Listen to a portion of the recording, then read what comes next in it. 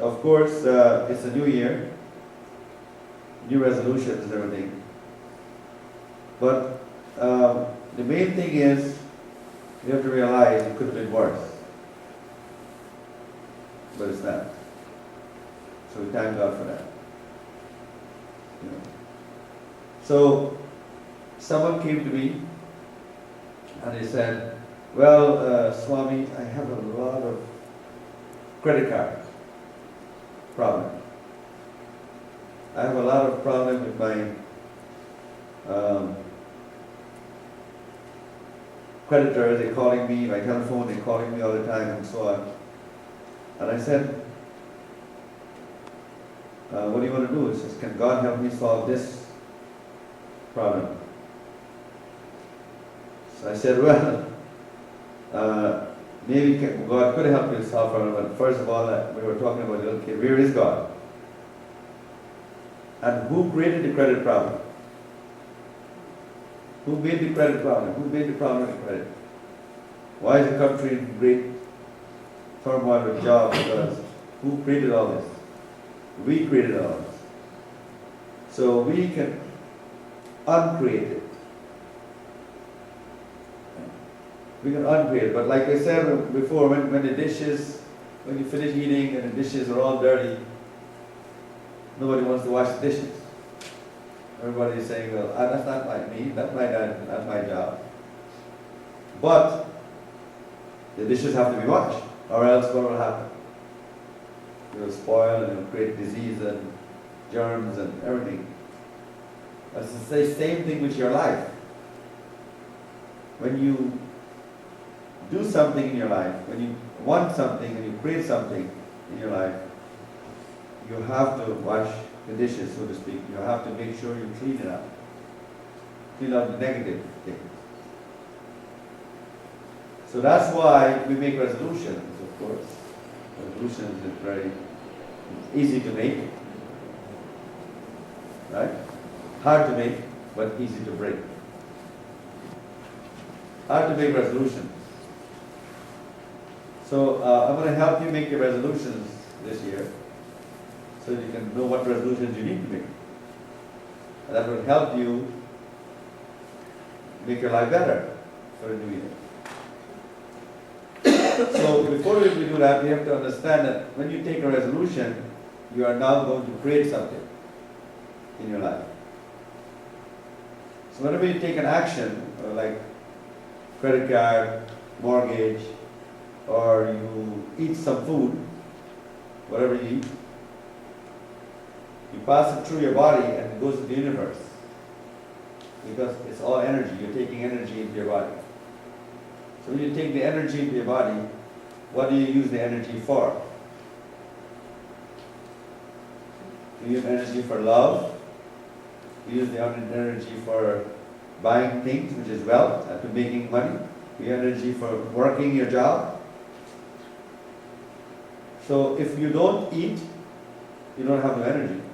You cannot make money. You cannot work to make money. So this energy, where is it coming from? It's coming from the universe. When you eat your arroz con habichuelas, your rice and beans, it's coming from the universe. So now,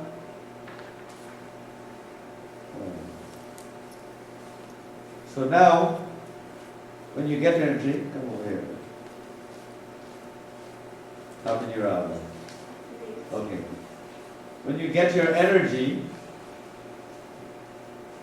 you're getting the energy from the universe. So if you say, okay, I made $200 in my salary, I worked last week, my boss gave me $300, $200, whatever. How did you get that money? You had to eat food, you had to get that food to digest, give you energy, and so you use that energy now to work. Then you're able to make the money. Then you take the money and you buy your new LCD TV or you buy iPad or whatever. But how did you get the iPad? How did you get the computer? How did you get the TV? How did you get the sofa? But because you worked the energy, but where the energy came from the food. And where did food come from the earth. So, as you can see now, without the earth and the plants and the food, we cannot have it. We cannot have the money. So, when you take credit now, what are you doing? You are already taking something from the future. You're taking the plants and the energy of the plants and the earth from the future. So when you get credit, you have over what you have worked for. Understand? In other words, you work, your work was only supposed to bring in the $400 a week, whatever, that you eat the food enough to make that, the energy that you use to make that. But then over the $400, you decide to take a credit card. So the credit card now makes you give you another $1,000. But you have not worked for that yet. So now you are cutting out all the future benefits. So you're taking all the future benefits now. That is what we call karma. That is what we call bad karma. Bad karma is when you take that which you cannot afford, or you sell your future. So that's what Jesus Christ was talking about. He says, don't owe. Owing is a sin. So credit is a sin. So when you owe, you have to pay. Okay, so you don't pay the $1,000 credit. The credit card company calls you up. And you want to answer. You're scared now because you can't pay. So then you get collection agency, then you get all the people after you. Now, this fear that you have, this problem that you have, now you have to go to court. They take you to court, they take you to... Because you have to pay this credit. Right? All of that because you wanted something, you wanted the iPod, you wanted the computer before time. Before time you wanted something. The only thing people don't want before time is death. To be the death. D-E-T-H. But they wanted D-E-B-T before time. So they want the depth, but they don't want the depth before time. So if you're going to accelerate your desire, you want something ahead of time, you can't afford it, then you're going to create karma. And when you create this karma, now you owe, and you don't have the money to pay. But let's say I was the bank, and you owed me the credit. You owed me a couple $1,000, right? And I was the bank. So I'm going to come after you to pay for it. If you don't pay, I'll try to see if I can take your house or take your car or something like that. And then, if you don't have a car and you don't have anything of value, you're living in an apartment, I can't take anything. But I can say, okay, I'm going to put your name on the credit in that report so you can never borrow again. Of course, maybe that's a message to tell you something. But let's say now, I decide, okay, you're going to approach me now, and you're going to say, okay, instead of paying you the money that I owe you, I am going to do some work for you. I'm going to do some work for you. So now if you do some work for me, that means that it's going to pay some of the credit. But that's the same connection we have with the universe and God. If you owe and you do some work, do some action to pay back the karma, then you get prosperity. Then you end up paying it off, and so it's called seva. Seva means service. When you do service to the gods, service to the universe, like charity, you go to the temple and you give some donation, or you go to the, do what you call the mantra chanting. The mantra chanting is one more form of paying back. When you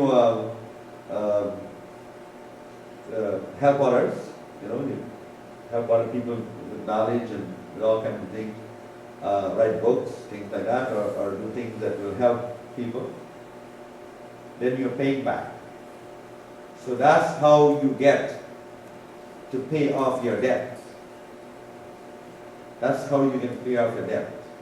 So when I say to you, okay, stay away from all the meat, fish and eggs, that's because I want you to pay. So instead of suffering, through it, suffering is also payment. Instead of suffering, you can also pay with service. So maybe if the collection agency is calling you and the bank is threatening to take you to court, so you run to the Swami. So the Swami says, Swami, help me, they're calling me. They're going to take me to jail. Right? So you come to the Swami, what does Swami says? Swami says, you have to do this, you have to stay away from meat, you have to stay away from fish, you have to fast, you have to do things. Why? Because now you're going to pay back the universe, so that at some point in time, the guy from the bank will call you and says, the collection says, listen, we can make a settlement. I will settle for 1/3 or 2/3. Because the prayer gets answered. The prayer is not just praying, it's also action. So if you want to remove any bad karma in your life, and you want to be happy, you have to understand the formula, the equation for seva, or service to the world. So that's why we do all of these things we do. Yoga is a form of action, of paying, meditation, giving charity, doing things for the good of the world. Now, why does a person go to a doctor? Because he's sick. But some people go for just a common cold, which they can fix themselves. Right? Long ago we didn't have doctors. Mom and dad would find some kind of leaf or herb and boil it and make a tea and give it to you and you'll be fine. See the difference? One has knowledge and one doesn't. Now the reason why we go to a doctor is because we learn that the doctor is the only one with the knowledge and we don't have the knowledge. That's not true. If you have the knowledge, you can help yourself too. So that's why you have to try to seek knowledge. Each human being have to seek knowledge to understand their life. And that's why we have Lifecode as well.